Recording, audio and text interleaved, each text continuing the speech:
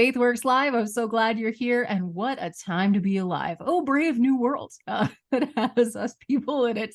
I do believe we're here for just such a time as this. I just never thought that words that come out of my mouth in this order would be something like, well, the satanic altar at the state capitol was torn down today.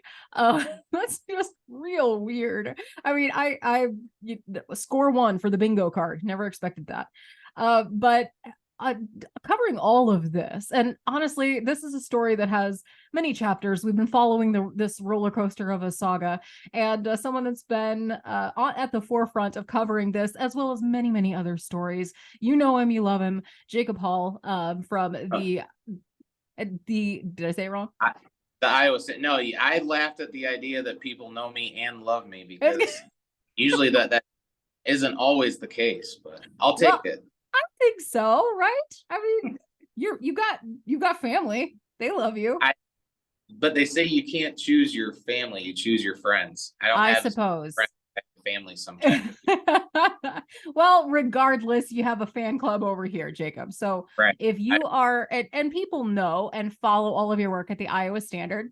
And you've been doing great work there for many years, and we need that great local news source about what's going on, especially from a conservative perspective or a Christian perspective, or just someone who cares about freedom and liberty. And so I recommend that people check out your work. You've been on the show, but it's been a while.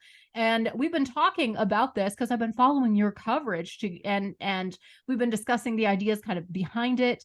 And it just hasn't worked out to connect until now, when lo and behold, plot twist of someone came down and smashed the bail, my brother. And so I'd love to get your thoughts, what you know. Feel free to do the journal thing and like lay out the facts and the timeline. And then we'll get your opinions too. So it's quite interesting because yesterday we took off for Phoenix for America Fest. And as I boarded the plane, I got a text message from State Representative Skylar Wheeler that had a picture of what was left of the display. And then when I landed, I had about 17 text messages from people, all the same message, a link to the article detailing what had happened to the Satanic Temple of Iowa's display at the Capitol. And in short, a guy drove to Iowa from some other state, a guy who had run for Congress previously last year and, quote, beheaded the Satanic Temple of Iowa's display. So it was interesting to see and to try to wrap my head around something being beheaded that isn't human. But once it was like a mannequin for people that can't see, or that, you know, if there's 13 people out there that haven't seen the pictures, it was like a big mannequin that was dressed up in a robe and had like a goat's head on it, which is the head of Baphomet. If you're one of the, had about the story there. But it was definitely winning people over, it seemed like. Yes. That's sarcasm. But and I thought, so I wasn't surprised, right? But there's been such a wide variance in reaction from people who are otherwise so consistently together on issues like this, whether it's the article that I wrote, whether it was State Representative John Dunwall's comments, State Representative Brad Sherman, the governor, Kim Reynolds. Everybody put out a statement that was a little bit different. And at the end of the day, so before yesterday, I saw a good friend at State Senator Jesse Green's fundraiser over the weekend, and we were talking about this. And I said to him, I guess my question is, what is it that the Satanic Temple of Iowa people might have wanted to get out of this display that they haven't? Because I would argue that they've probably gotten everything they wanted and hoped and more. I suppose the only thing they may have wanted that they didn't get was the state to step in and remove it so that they could file a lawsuit against the state. That didn't happen. But somebody took it into their own hands. And we can talk a little bit about what we might think the individual's motives were. But I do think the timing is rather unfortunate, because I believe that display was scheduled to be taken down today anyway. With 1 day left, he goes and he does that. And again, I mean, they got CNN out of it. They got a lot of free media out of it. They got a statement from the governor out of it. It's just hard to envision how this could have went any better for the Satanic Temple of Iowa people. And that's unfortunate. Yeah, I do find that's an interesting element in the discussion for people who don't know. There was a lot of shock. And we talked about that at the time too, that this is the MO of the people who claim to be Satanist or this quote unquote satanic temple, which they're not a real religion. So we want to make sure we make that quite clear, but they have been recognized with a nonprofit status from the IRS a few years ago. But their whole tactic in all of this is that they are blatantly anti-Christian. They're anti the God of the Bible. They stand in opposite to everything we stand for. And they, as Christians, everything we stand for, that is, and for, people that are shocked by this, that's the design. It's designed to be shocked so that they can, they to be a religion and then claim that they have the same religion. My audio is being funky. In doing, I'm waiting until the audio comes back. There we go. So they claim to have the same freedom of religion. They disguise themselves as a religion, essentially, or style themselves so. Then they claim the same freedom of religion as any other Christian church. And then they buy billboards or do, Satanist clubs at your kids' kindergarten. And not a joke. And then it sounded like Joe Biden, not a joke, but it's for real. And then they do displays like this. And if you stand up against that, then they'll say, well, you can't favor us or you can't deny us because then you're prohibiting our free exercise of religion. It's against the First Amendment. Lawsuits ensue. And as you're saying, it's kind of a giant epic troll on the First Amendment against Christians. They're basically professional trolls, right? And they're just trying to elicit a reaction that's rather predictable, if we're being honest. And now I fully anticipate there's two ways to look at this, and I didn't mean to interrupt you and kind of take over. But now I wonder, like, are they going to raise money off of what happened? Probably. And if they would have been ignored, would they have a display next year? Probably not. But knowing what happened this year, will they have a display next year? Probably. And will it be substantially larger because of the money they're going to be able to raise off of all of this attention? Probably. Well, and that's something to talk about, I think, moving forward as well.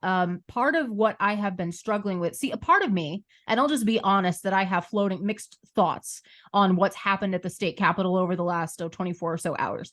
Part of me wants to give this guy a profile in courage. Like, I understand his instinct. I understand the just the disturbance that this whole display at my state house has caused. And I know the intention behind it is to provoke and confront.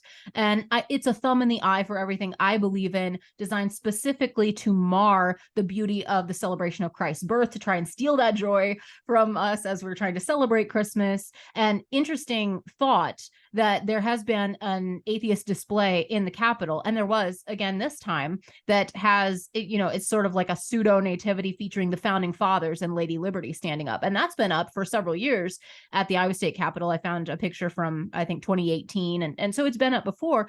Doesn't cause the same kind of outrage as this satanic display.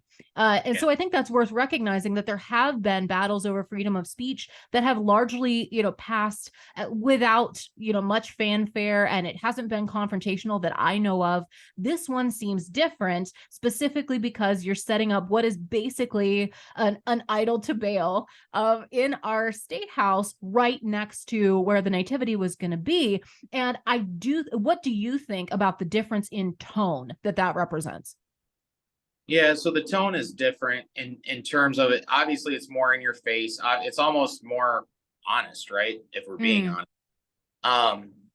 But I also there's a large, significant part of me that says these aren't actual Satanists. I really don't believe these people worship Satan. I believe the gentleman who testified at a state legislature committee meeting or two this legislative session, saying that he was going to start a Little Devil's Academy and use ESA money for it if the House Republicans and the Senate Republicans passed education savings accounts, and it was going to be a Satanic Temple of Iowa thing. I don't think these people are serious. I think they're professional. Right.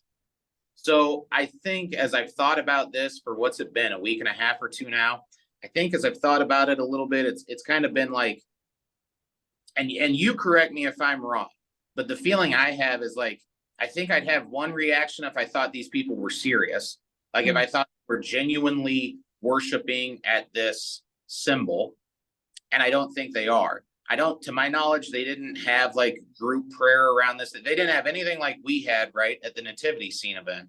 Mm-hmm. So it's kind of been a struggle with that regard, because if it was serious, then I would say, okay, that's an attack. But for them just being professional trolls, I I don't know. I struggle with the idea that it was worth the reaction that it elicited from some of us.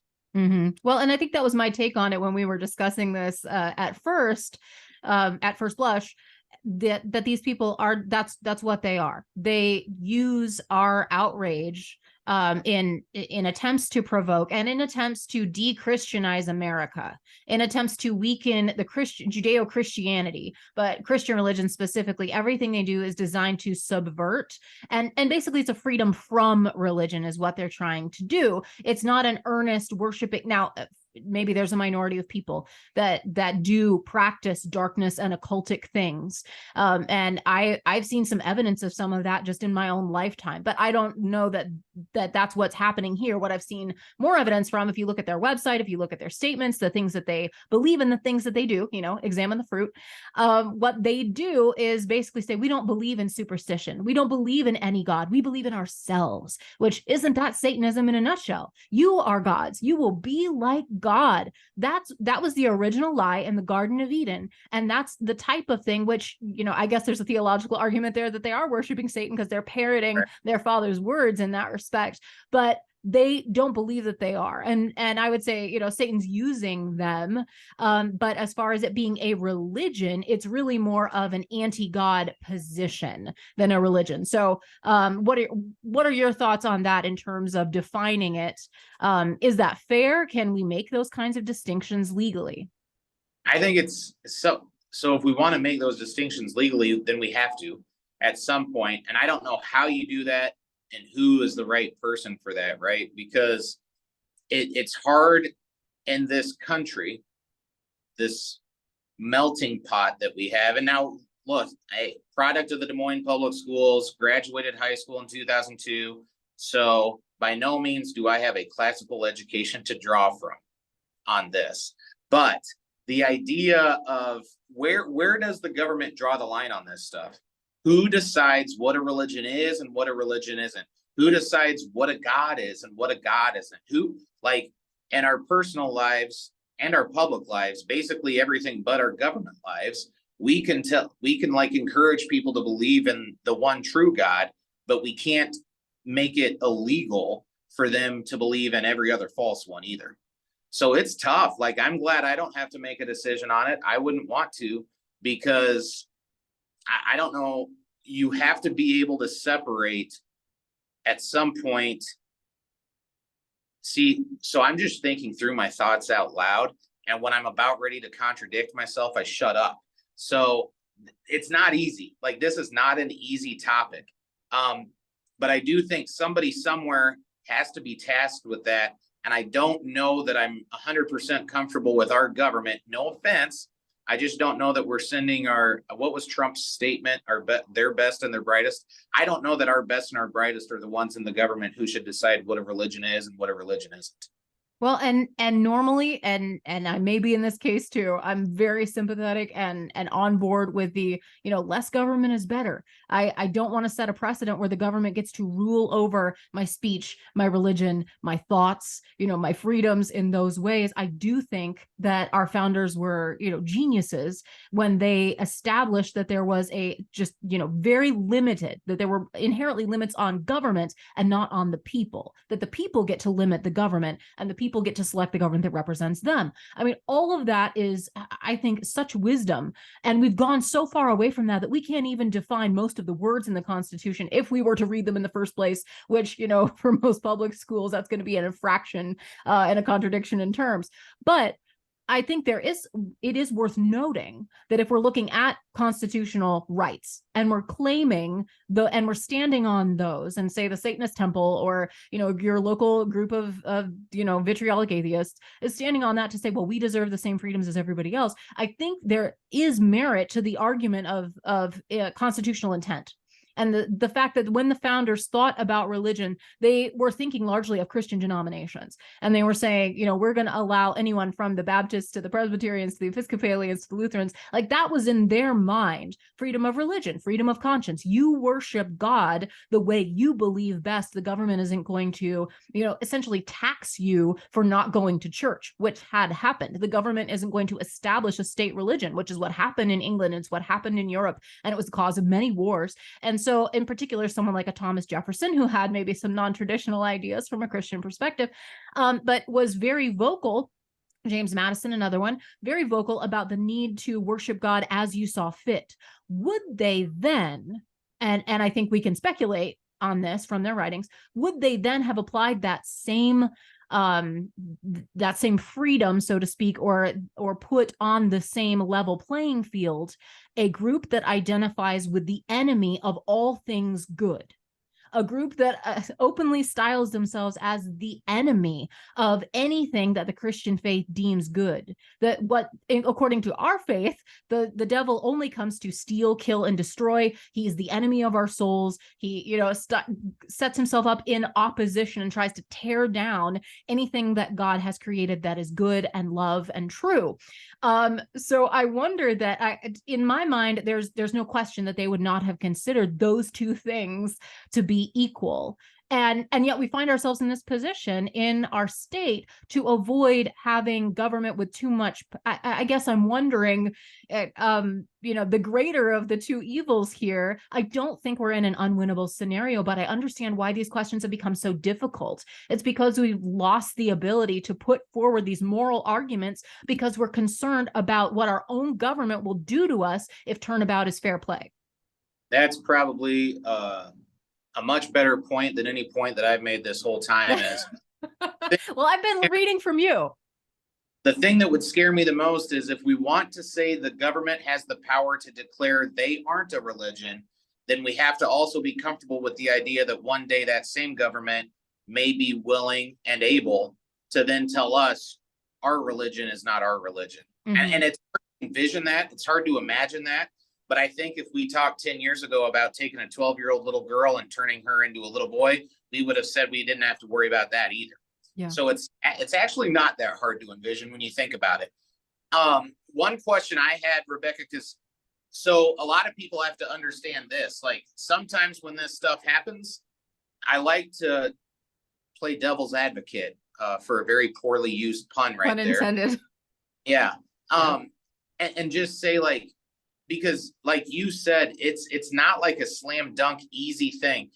Put on our Christian hat, private life, government not involved, easy, right? But once you start to bring the government in, then we want to be a little bit more hesitant, because who runs the government? Man. What do we know about man? They're not good. Just typically, they are not good. So do we want to give them that power? So one question I've had for people who are celebrating the guy that attacked this display is, if he's justified in doing that through our lens, then does that mean that a non-Christian would be justified in attacking some Christian display? To them, we don't have to agree. They don't have to agree with us. But now does our response to this justify a potential response to, say, the nativity scene? And I've thought about that ever since yesterday, and I don't know that I've settled on an answer yet, but maybe you have. Well, and that's the difficult thing as well, because one thing I haven't brought up yet, I should say, is the obviously double standard. I mean, maybe it's obvious enough I don't have to say it, but we live in a world where BLM can literally burn down cities in protest, and it's considered not only good but righteous. And people aren't prosecuted for that destruction of property. We're seeing now, folks wearing garb that sympathizes with Hamas and with Hamas terrorists, and they're tearing down Israeli flags in those protests. And we see that across the Western world, but in our country as well, in Washington, D.C., and in big cities all over the place. And that's considered a moral voice. That's considered freedom of speech. They can desecrate statues and historic monuments, and that's considered okay, not only good or not only okay and acceptable, but right and righteous in this new religion. And so then to say that this guy is awful and bad because he tore down an idol to Satan, and are they going to throw the book at him? I think, again, double standard doesn't begin to encompass that. We are seeing a new age in which these standards of justice have like flown completely out the window. It is so arbitrary. And so I do share your concern, Jake, that we've set these very dangerous, I guess we're concerned about setting a precedent. The other side is just going to wield whatever power they have. And so the tendency for those then on the conservative side is to let the pendulum swing back and say, well, what's good for the goose, man? Now, as soon as we're in power, you guys started this. And so we're going to do all the same things. We can destroy, whatever we want, because we don't feel as though there's any recourse now in the rule of law. It's like there are no rules anymore. It's what's that? It's almost like Fight Club at this point, which we're not supposed to talk about. So sorry about that. But and I don't want to react to say now, well, there's all, if you've opened the door, then there are no rules. But at the same time, I understand what that feels like. It's what is it that the BLM folks like to misuse that Martin Luther King quote? It's the cry of the unheard. That these protests feel like if there is no recourse, well, then I guess I'm going to take matters into my own hands. So I'm not justifying that. I just get where that instinct can come into play. I think in this instance, okay, and I'm not attacking Michael Cassidy. I'm pretty sure that's the guy's name that did what he did. Mm-hmm. But in this instance, and I would love to hear from him, like sit down across from a table, look him in the eye. Yeah. This is a guy who tried to run for Congress and lost, who clearly has an interest in being public about things. Is this something he felt called to do as a Christian? As a Christian, was that his Christianity and his religious beliefs, his motive? Or was this a publicity stunt? Because I tend to think I know what I think it was. And usually when you're doing something out of principle on your faith, you don't have a statement ready to be released to one specific media outlet about it.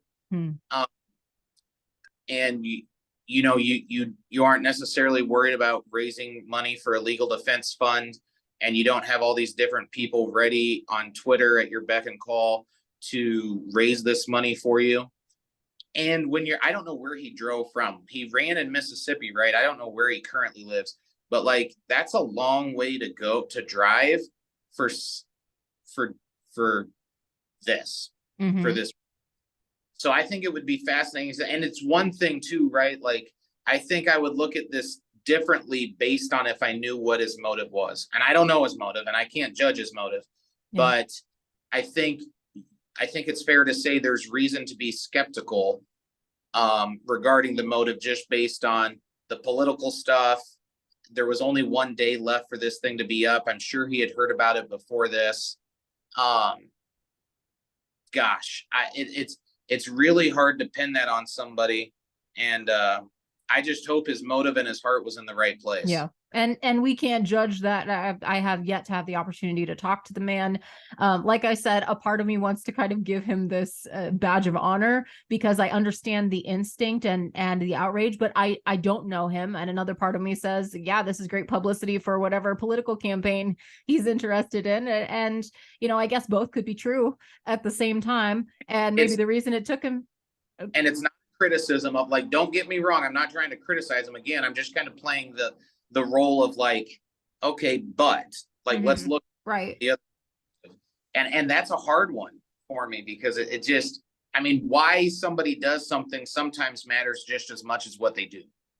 Yeah. And I think that's a good point for us to think through as we reason through. We're not called to vaunt people to heroes or tear them down to be villains. What we're called to do is worship the Lord and to be discerning in how we handle matters in this world on this side of eternity. And I think there has to be a recourse, especially for people who say, like, I want to just debunk the idea that, we're supposed to be morally neutral. Again, this seems like a good time to mention, PSA, that everything that we do is legislating morality on the state level. Agree or disagree, Jake, feel free to hop in. But a law is a moral statement. So for people to say we don't want to codify a certain religion, okay, but the moment that we say you shall do this or you shall not do this thing, you're making a moral statement. So everything in law codifies some sort or legislates some sort of morality. It's just a matter of what morality we're talking about. And now we're at such an impasse in our culture that we truly have reached like spiritual war levels, I believe,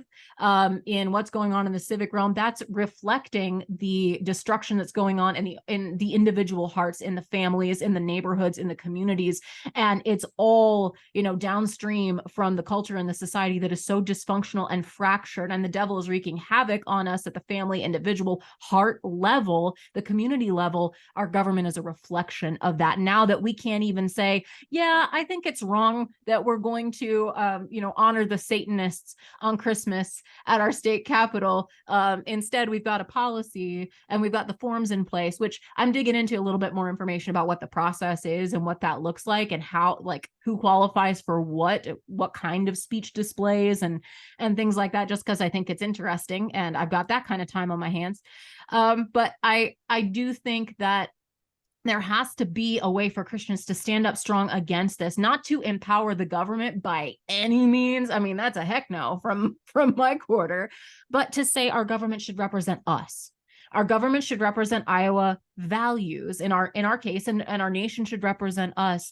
And in no way does someone who even, ironically or even sarcastically claim allegiance to the devil or saying, "Hail Satan," because they think it's funny, in no way should they be in charge of what's right and wrong in my state.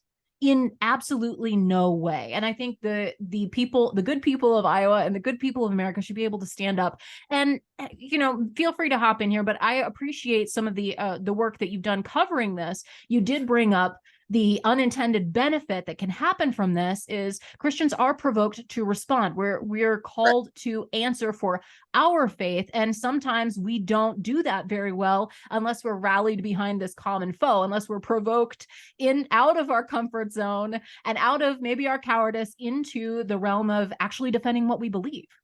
Well, let's look at the fact that this wasn't an Iowan who attacked the statue, right? Like this guy that drove from some other state to do what a lot of people in Iowa suggested somebody do, but nobody did. To me, it is interesting because one, it presents the opportunity just to witness to people, which is very important. Two, though, my question is like, why did Christians get so worked up over this? Because the thing that I heard the most in common from people was the fact that it had to do with child worship or child sacrifice, that they're big child sacrifice people. Yeah. Well, there's a lot of bills that get brought up at the Capitol that have to do with child sacrifice called abortion. And I haven't seen nearly as many people show up at that as they did for some inanimate object that can't talk back, can't fight back. So in a way, it was an easy target. I would really challenge people to say, like, pay more attention to what's going on in the state government, to what's actually happening at the Capitol. Show up and speak out and stand up. Don't wait until it's just almost more symbolic than anything else. And right. I don't thinking through everything I'm saying right now, which puts me in a really dangerous spot because I'm not that smart. But nobody's listening anyway. It's just us. I feel like it's a very easy target. Like, that statue isn't going to hit me back. That statue isn't going to have any counterpoints. But golly gee whiz, some of the most pro-life people in the state just celebrated a bill that allows for child sacrifice if it's conceived in rape, or if it's conceived in incest, or if there's no fetal heartbeat detected. Then we're okay with child sacrifice, I guess, in the state house. So I would like to see a more consistent message against child sacrifice, which, again, wasn't on my bingo card of things I thought I would have to say at 40 years old, but here I am saying it. It's utterly ridiculous. I'm glad you brought that up, and that's an important point too, because I don't mean to minimize, like, anyone that calls himself a Satanist is most definitely in danger, in like real millstone territory. But there are literally people walking around today that have no problem with hurting a real live human baby in some sort of strange, horribly dark and twisted worship, quote unquote. There are real people who suffer from the scars of those type of literal child sacrifices. But abortion is exactly, if we're going to make that moral argument, and you know that we do that on this show, there is no way that we could justify the legalized sanction of that in our state. That shouldn't be dependent on circumstance. That shouldn't be dependent on whim or even on medical opinion, because a person is a person.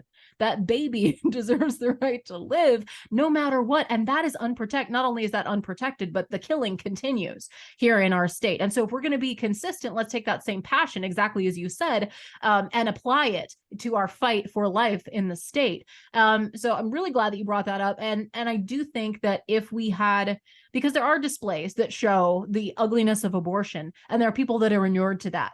You know, they just kind of turn the other way, or there are pro-lifers that say, you know, that's too ugly, that's too inconvenient. And I mean, there's different ways to fight this battle. I understand that, but those same people, you know, if we're incensed by the visual, because that's another element of this particular display, is it is so stark.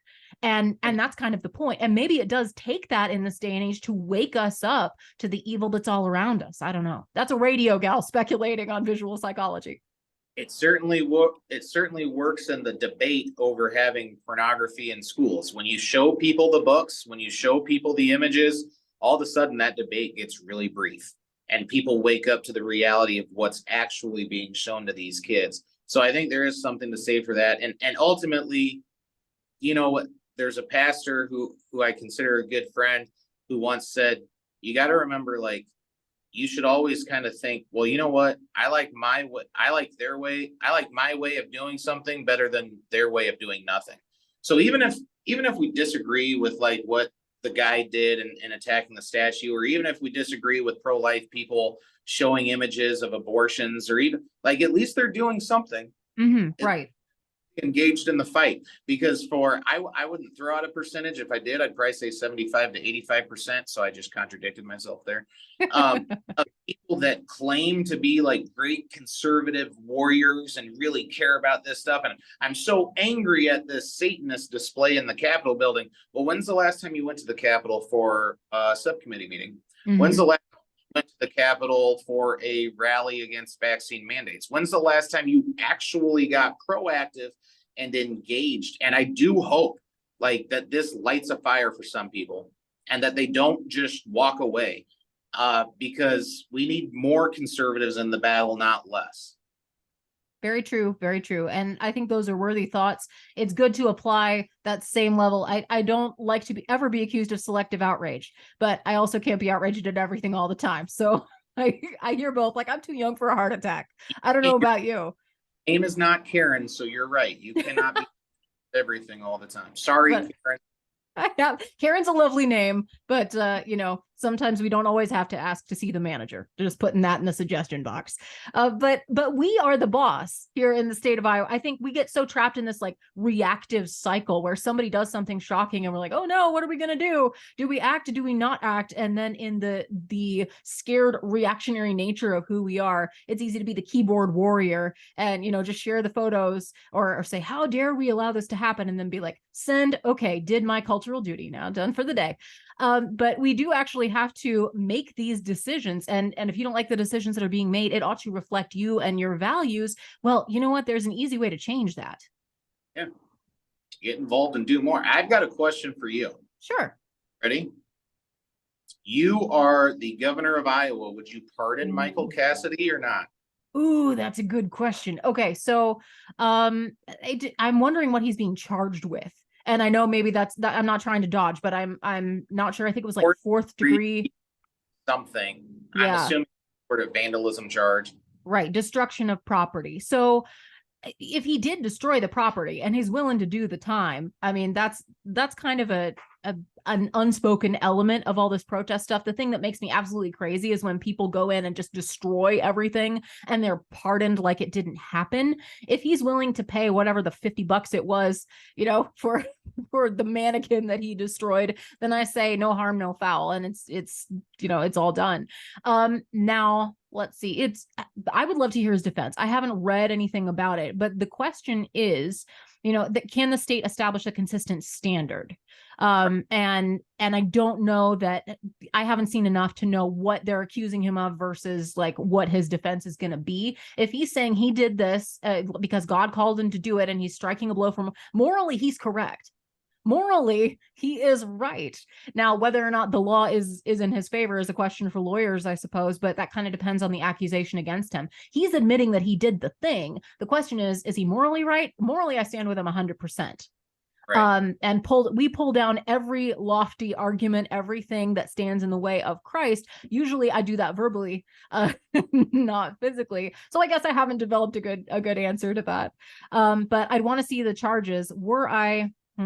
That's a good question. I'll have to think about that one. And here, I wanted to eat Christmas cookies and listen to Sweet Baby Jesus songs. And now you got to make me think, Jacob, that's not fair. Yeah. I mean, I'm just trying to watch Elf. That's my favorite. Singing is my favorite. The last good movie Will Ferrell made, so. Right, because it's the only one he gets to run around in his underwear. Yeah. Underwear. And on that note, the sweet idyllic tones of my child. Oh, Jeremiah, we love you. Usually he thinks he's Spider-Man. I guess today he thinks he's Elf. But on that note, Jake, and you're a ninja. Any last thoughts on this whole thing? I will say that as we've been talking about it and kind of like parsing this through, I'm not sure that I have a hard and fast answer other than I know what's right according to the God of the universe, and I'm going to be on his side and on no matter what, because that was the Abraham Lincoln quote, was something along the lines of, quick paraphrase, it's not about whether God is on my side, but it's about whether I'm on his. And so that's where we need to stand. And I think we've got a lot of work to do as the church, as individual Christians, and also as citizens, because the two are not mutually exclusive. I don't think we say, well, we just have to pray more in our church and that's all we can do. I do think that we should be vocal about this at our state house, that we should be electing godly representatives, godly men and women, and that our laws have to be in line. It's not a quote unquote Christian nationalism thing to say that our laws should be in line with godly values. If we believe that God is truth and God is love and God is good and all of those things, that's what we want from our laws. So anyone that's not a Christian, listening to this, congratulations on getting this far. But that's what I mean when I say those things. I want our laws to be good and true and right and just for everyone, not just for Christians, but for everyone across the board, because I think his ways are good. His ways lead to flourishing for all and to peace for all. We're going to have disagreements about how that applies, but I think we have those dual roles and those dual responsibilities that God has given to us. The question is, what does that look like? So I'm not sure. What do you think? I think it's a good opportunity to witness to people. I think it's another thing of complacency. A lot of Christians go through their whole lives and never give their testimony to anybody. It would be interesting to know, did any Christians go to the Capitol and be Satanists to show up and witness to them? Yeah. To have a conversation, to try and get a soul saved out of the deal at the very least? I don't know. I wonder if how many Christians, how many of us got over the initial anger and the initial objection and got to the point of where we prayed for our enemy too? Mm-hmm. Yeah.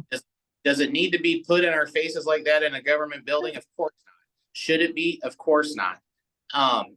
Can it be? That's up to people that make the laws to determine.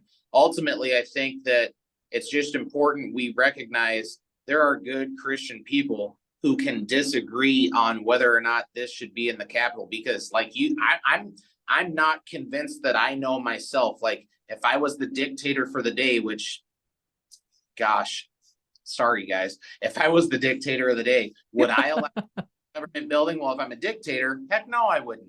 Yeah. But if I had to represent a constitutional republic, that's one thing I thought of that I wanted to say during this really quick. Mm-hmm. There was a scene that got moved in Toledo, Iowa, and at the city council meeting, a woman said, no, majority rules, do what the majority wants, we want it back. Not a democracy, constitutional republic. So Mm. even if the majority of us want it out, not only can we use this as kind of like a Sunday school lesson where we talk about what would God say, what are Christians instructed to do, we can also use this as a civics lesson. Not a democracy, constitutional republic. What does the Constitution say regarding this issue? And we might be surprised with what we learned, because I still don't know what the heck I would do if I was in charge. I think I know what I would do if I had the power.